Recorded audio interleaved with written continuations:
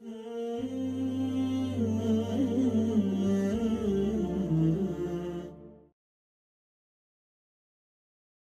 قال حدثنا محمد قال أخبرنا مالك بن أنس قال حدثنا ابن شهاب عن سالم بن عبد الله أن عبد الله بن محمد بن أبي بكر الصديق أخبر عبد الله بن عمر رضي الله عنهما عن عائشة رضي الله عنها أن رسول الله صلى الله عليه وسلم قال: ألم تري أن قومك حين بنوا الكعبة اقتصروا عن قواعد إبراهيم؟ قالت: فقلت: يا رسول الله أفلا تردها على قواعد إبراهيم؟ قالت: فقال: لولا حدثان قومك بالكفر. قال: فقال عبد الله بن عمر رضي الله عنهما: لئن كانت عائشة رضي الله عنها سمعت هذا من رسول الله صلى الله عليه وسلم ما أرى رسول الله صلى الله عليه وسلم ترك استلام الركنين اللذين يليان الحجر إلا أن البيت حجر. This is حجر.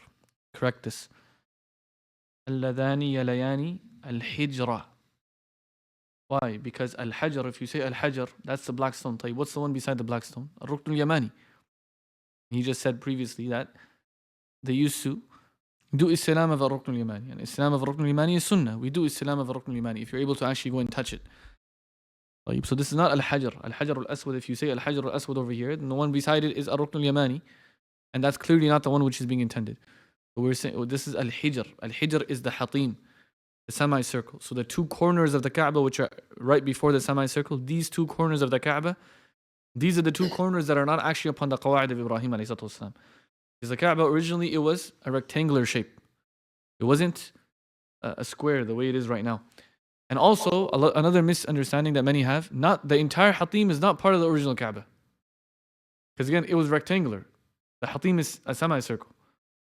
So the majority of the Haṭīm is part of the original Kaaba, and that's around 60%. Beyond 60%, so if you ever enter into the Haṭīm and you're able to perform salah over there, pray towards the closer sufuf that are right beside the Kaaba.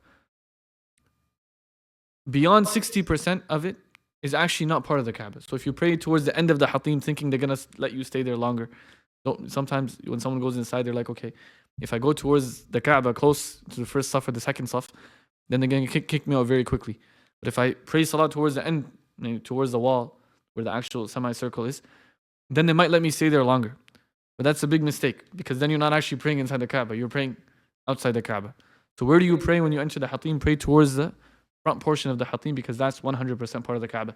As for the end of the Haṭīm, it's not part of the Kaaba. And initially in the time of Ibrāhīm, the Kaaba was rectangular in shape. So what happened when the Quraysh, when they rebuilt the Kaaba in the time of the Messenger sallallahu alaihi wasallam, when the Messenger at that time sallallahu alaihi wasallam, he had not yet received nubuwah, and he was 35 years of age, and they rebuilt the Kaaba at that time. At that time, they were not able to collect enough money to rebuild the Kaaba upon the original shape, which was rectangular. So they built it in a square shape, and then they added this semicircle to indicate that, okay, the Kaaba is actually extended. So those two corners of the Kaaba, which are the two corners right before the semicircle, these two corners are not actually the actual corners of the Kaaba. The actual Kaaba was rectangular. The walls extend even beyond. So that is why the Messenger would not, as Ibn Umar radiallahu anhu is saying over here, I believe that the Messenger sallallahu alaihi wasallam, the reason he would not do istilaam of those two corners is because possibly they were not the actual corners of the Kaaba from that time. And later on, in this hadith as well, the Messenger said, if it wasn't for the fact that Quraysh recently accepted Islam, after Makkah was liberated in Fatih Makkah, the Messenger said to Aisha radiallahu ta'ala anha, if it wasn't for the fact that Quraysh recently is accepting Islam and entering into Islam, and it might cause a big commotion, I would return the Kaaba to the original form. Over here, you learn a very beautiful lesson. What is that? If there is a possibility that within the jama'ah, within the group of individuals, there will be a fitna that will be caused, then at times, even leaving that which is beneficial and better, that is more appropriate, and that is in line with wisdom, to avoid fitna. To avoid fitna, because fitna is shar. Disunity is shar. It's extremely dangerous. Over here, the Messenger did not return the Kaaba to its original form out of fear that it would cause fitna amongst the people of Quraysh.